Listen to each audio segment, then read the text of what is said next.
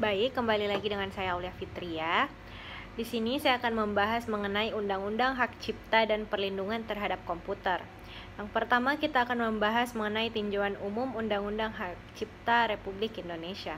Hak cipta adalah hak eksklusif bagi pencipta atau penerima untuk mengumumkan atau memperbanyak ciptaannya atau memberikan izin untuk itu dengan mengurangi pembatasan-pembatasan menurut peraturan perundang-undangan yang berlaku. Beberapa poin yang berkaitan dengan hak cipta ialah sebagai berikut. Yang pertama ialah pengertian pencipta, ciptaan, dan pemegang hak cipta. Pencipta adalah seorang atau beberapa orang yang secara bersama-sama atas inspirasinya melahirkan ciptaan berdasarkan kemampuan pikiran, imajinasi, kecekatan, keterampilan, atau keahlian yang dituangkan dalam benda yang khas dan bersifat pribadi. Yang kedua ialah ciptaan. Ciptaan adalah hasil setiap karya pencipta yang menunjukkan keasliannya dalam lapangan ilmu pengetahuan seni atau sastra. Yang terakhir ialah pemegang hak cipta. Pemegang hak cipta adalah pencipta sebagai cipta, pihak yang menerima hak tersebut dari pencipta atau pihak lain yang menerima lebih lanjut dari pihak yang menerima hak tersebut. Yang kedua ialah fungsi dan sifat hak cipta. Hak cipta dapat beralih atas dialihkan, baik seluruhnya sebagai karena pewarisan, hibah, wasiat, perjanjian tertulis, atau sebab-sebab lain yang dibenarkan oleh peraturan perundang-undangan. Yang ketiga ialah hak cipta atas ciptaan yang ciptaannya tidak diketahui. Hak cipta atas ciptaan yang tidak diketahui penciptanya seperti karya peninggalan sejarah, benda budaya nasional lainnya, dan hasil-hasil kebudayaan rakyat yang menjadi milik bersama seperti cerita, hikayat, dongeng, legenda, lagu, kerajinan tangan, koreografi, dan karya seni lainnya yang dimiliki oleh negara. Selanjutnya, yang keempat ialah jenis ciptaan yang dilindungi. Dalam undang-undang ini, ciptaan yang dilindungi adalah ciptaan dalam bidang ilmu pengetahuan seni dan sastra yang mencakup yang pertama ialah buku, program komputer, pamflet, karya tulis yang diterbitkan, dan semua hasil karya tulis lain. Yang kedua ialah ceramah, kuliah, pidato, dan ciptaan lain yang sejenis. Yang ketiga ialah alat peraga yang dibuat untuk kepentingan pendidikan dan ilmu pengetahuan. Selanjutnya ialah lagu atau musik dengan atau tanpa teks.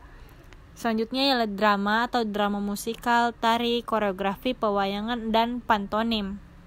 Seni rupa dalam segala bentuk seperti seni lukis, gambar, seni ukis, seni kaligrafi, dan lain-lainnya. Yang terakhir ialah arsitektur, peta, seni batik, fotografi, sinematografi, terjemah, tafsir, atau karya lain dari hasil pengalih wujudan. Yang kelima ialah beberapa hal yang tidak memiliki hak cipta. Undang-Undang Hak Cipta juga mencantumkan beberapa hal yang dianggap tidak memiliki hak cipta seperti hasil rapat terbuka lembaga-lembaga negara, peraturan perundang-undangan, pidato kenegaraan atau pidato pejabat pemerintah, putusan pengadilan atau penetapan hakim, lalu keputusan badan arbitrase atau keputusan badan-badan sejenis lainnya. Yang keenam ialah beberapa hal yang dianggap pelanggaran hak cipta. Yang pertama ialah pengumuman dan atau perbanyakan lambang negara dan lagu kebangsaan menurut sifat aslinya. Yang kedua ialah pengumuman atau perbanyakan segala sesuatu yang diumumkan dan atau diperbanyak oleh atau atas nama pemerintah. Yang ketiga ialah pengambilan berita aktual baik seluruhnya maupun sebagian dari kantor berita, lembaga penyiaran, atau sumber sejenis lainnya dengan ketentuan sumbernya harus disebutkan secara lengkap. Selanjutnya ialah pengambilan hak cipta pihak lain baik seluruhnya maupun sebagian guna keperluan pembelaan diri di dalam atau di luar pengadilan.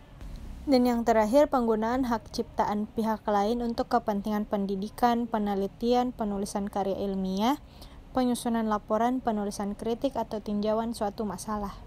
Yang ketujuh ialah masa berlaku hak cipta. Yang pertama, hak cipta atas ciptaan buku, pamflet, dan semua hasil karya tulis lain, drama atau drama, musikal, tari, koreografi, segala bentuk seni rupa. Yang kedua ialah hak cipta atas program komputer, sinematografis, fotografi, dan karya pengalih wujudan berlaku selama 50 tahun sejak pertama kali diumumkan. Yang kedelapan ialah ketentuan pidana, bahwa yang dimaksud dengan hak eksklusif adalah hak yang semata-mata diperuntukkan bagi pemegangnya, sehingga tidak ada pihak lain yang boleh memanfaatkan seperti mengumumkan atau memperbanyak hak tersebut tanpa izin pemegangnya.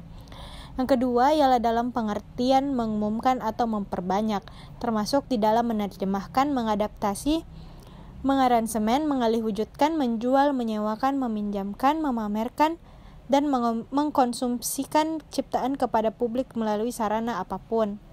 Yang terakhir ialah barang siapa dengan sengaja dan tanpa hak memperbanyak penggunaan untuk kepentingan komersial suatu program komputer dipidana paling lama 5 tahun atau denda paling banyak 500 juta.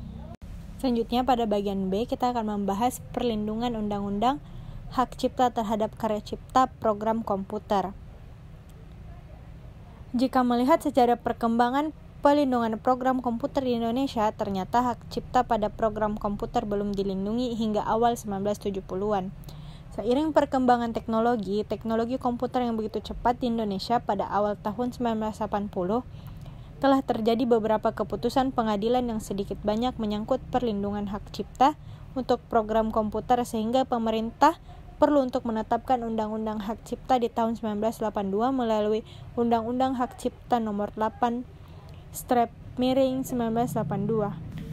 Pada bagian C kita akan membahas mengenai pendaftaran hak cipta. Sertifikat pendaftaran hak cipta perangkat lunak akan menjadi prima facie evidence atau bukti utama untuk proses hukum pada saat terjadinya pembajakan perangkat tersebut.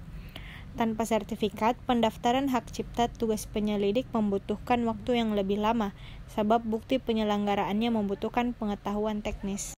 Pada bagian D ialah pelanggaran hak cipta. Yang pertama, memasukkan perangkat lunak ilegal ke hard disk. Pemuatan perangkat lunak ke hard disk ini biasanya dilakukan seseorang pada saat membeli komputer PC di toko komputer yang oleh penjual langsung diinstal di salah satu sistem operasi. Yang kedua, soft lifting. Soft lifting terjadi jika sebuah lisensi dipakai melebihi kapasitas penggunaan, seperti yang tercantum dalam lisensi tersebut. Yang ketiga ialah penjualan CD-ROM ilegal. Penjualan CD-ROM ilegal ini sering dijumpai di pasar atau konter-konter tidak resmi. Yang keempat ialah penyewaan perangkat lunak ilegal. Perangkat lunak yang dikopi tanpa izin dari program asli kemudian disewakan secara murah di rental-rental CD. Yang terakhir ialah downloading ilegal. Adalah melakukan download terhadap sebuah program komputer dari internet dengan tidak mematuhi kaidah yang tertera pada lisensi download. Alasan yang menyebabkan maraknya hak cipta perangkat lunak di Indonesia antara lain ialah ada 4. Yang pertama, alasan yang paling utama adalah perangkat lunak bajakan lebih murah dibandingkan dengan membeli lisensi. Yang kedua, data-data yang dimuat dalam format digital memudahkan pemakaiannya melakukan penyalinan pada data-data dari satu media ke media lainnya. Yang ketiga, alasan yang lain adanya kecenderungan manusia untuk selalu mencoba sesuatu yang baru. Yang keempat ialah belum ada perangkat perundang-undang yang mampu menjerat secara lebih tegas ketika orang tersebut diketahui menyebarluaskan atau menggunakan perangkat lunak secara ilegal. Kurang kesadaran masyarakat untuk menghargai hasil ciptaan orang lain dan pemikiran bahwa pemanfaatan ciptaan tanpa izin akan memberikan pengaruh negatif terhadap para pencipta dalam bereaksi bahkan berdampak buruk terhadap nama Indonesia di mata dunia internasional. Pada pembahasan bagian E yang terakhir ialah upaya mengatasi hak cipta. Yang pertama, solusi yang pertama untuk mengatasi maraknya pelanggaran hak cipta tentunya berawal dari membangun budaya masyarakat untuk menghargai hasil karya orang lain. Solusi yang kedua adalah bahwa pemerintah, baik dari instansi-instansi terkait jajaran penegak hukum dan segenap lapisan masyarakat, hendaknya sepakat untuk secara bersama-sama memerangi pembajak terhadap karya-karya intelektual. Karena pembajakan karya intelektual merupakan perbuatan yang merugikan perekonomian bangsa, menghancurkan kreativitas, dan merendahkan martabat bangsa. Jajaran aparatur penegak hukum sudah seharusnya secara konsisten menegakkan hukum atas pelanggaran-pelanggaran hak kekayaan intelektual, dan khusus kepada pengadilan agar dapat memberikan hukuman yang setimpal, agar tidak terulang lagi kejahatan di bidang tersebut. Sumber daya manusia dalam hal penyelidikan kasus-kasus pelanggaran hak cipta juga harus ditingkatkan. Sekian penjelasan dari saya, kurang dan lebihnya mohon dimaafkan. Wabillahi taufiq wal hidayah. Wassalamualaikum warahmatullahi wabarakatuh.